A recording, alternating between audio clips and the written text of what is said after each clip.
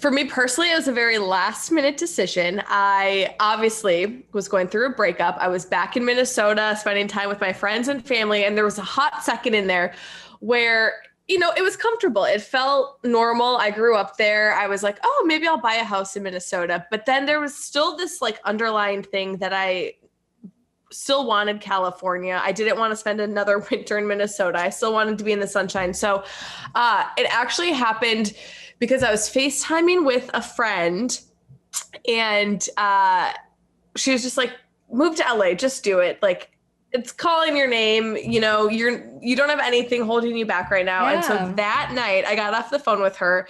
I went on like Redfin or Zillow or whatever app I was using, found a furnished apartment and signed a lease that night.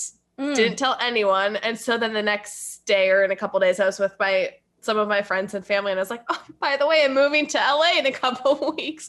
So it wasn't very thought out. It was very spur of the moment, but it was so smart because I will say this. The first time I ever came to California was right before I came on the show a couple of years ago, and I fell in love with it. I loved the warmth. I loved the fact that you could really do anything in this state. You could go to the ocean, you could have the mountains, you have the vineyards, you have the cities, and I just fell in love with it. And so when Garrett and I first got off the show and we're trying to figure out where we were going to live at that point, we threw LA into the mix, but he didn't want that. And so now I'm like, well, I'm finally on my own and I'm going to do it for myself. And it's the best decision I think I've ever made. Besides getting Minnow, it's the second best decision.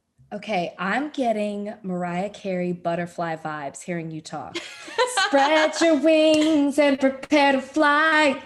You can be, maybe it's because her book just came out today. I don't know, but I'm getting butterfly vibes here. Good for you, girl. I mean, very similar to you. I came to LA, not the first time, but I came to LA right for a baby shower.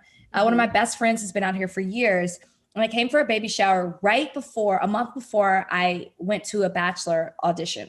Mm-hmm. And I remember being there and I was like, gosh, I can't describe the feeling that I have here, but it's such a vibe.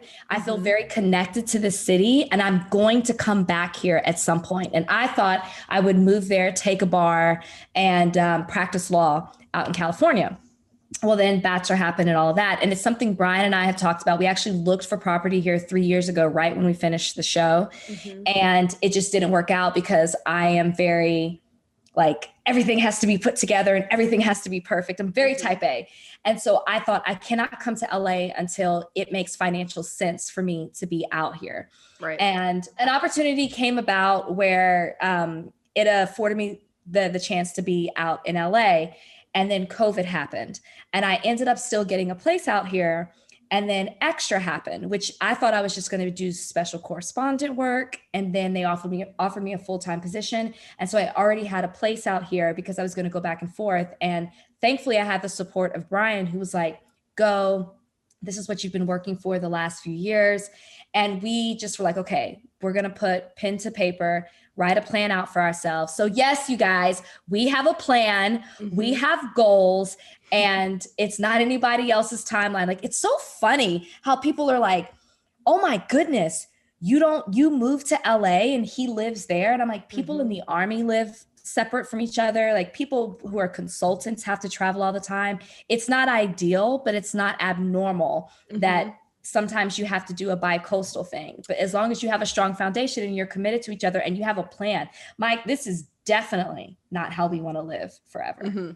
Well, I'm glad that you bring that up because prior to us, airing this and recording, you mentioned that people are still sliding in your DMs thinking like, oh my gosh, did you and Bryan break up? What's going on? And, it's like, we all experience these weird DMs and like this sort of invasion of privacy in different ways. Obviously I got it because I was going through a breakup, but you are in a happy, committed relationship. And I'm glad that you said other people do long distance for a certain amount of time, like the military. My cousins who are in the military have been married 10 years and they've probably spent half that time together because they can't be together and you make it work. But if you have those goals in mind and if he is supportive and vice versa, you can make it work. And so, I think it's great that you have Bryan. And you know what, to be honest, sometimes people need alone time. Like you need to get settled here, find your groove here, and that's okay. Yeah. And I'll be honest, it's hard. I'm not going to lie. You spend 6 months quarantined with someone, it is difficult to change that up. I mean, it's like such a stark contrast to what we had before. But I think what's important for people to understand is that I'm not chasing something. I'm trying to build something for our family that we're trying to create. And that's all people really need to know. Like, I get it. We're in the public eye. You met us on television. You followed our love journey on television. So there's certain things that you want to know. And I think in some respect you deserve to know, but we're not going to tell you everything. And I think that it's just important. Don't push your narrative on us.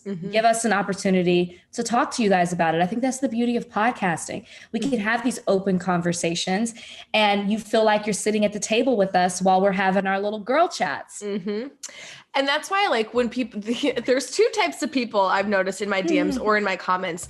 The ones who care to know and care to ask the questions.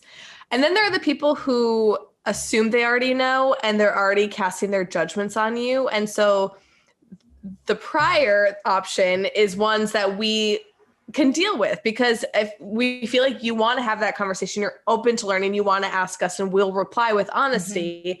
But it's when you have the people who are like, oh, well, she moved there, so they must have broken up, or Rachel's there. You know, it's just, it's a lot of hearsay. So I'm glad that we can do this now.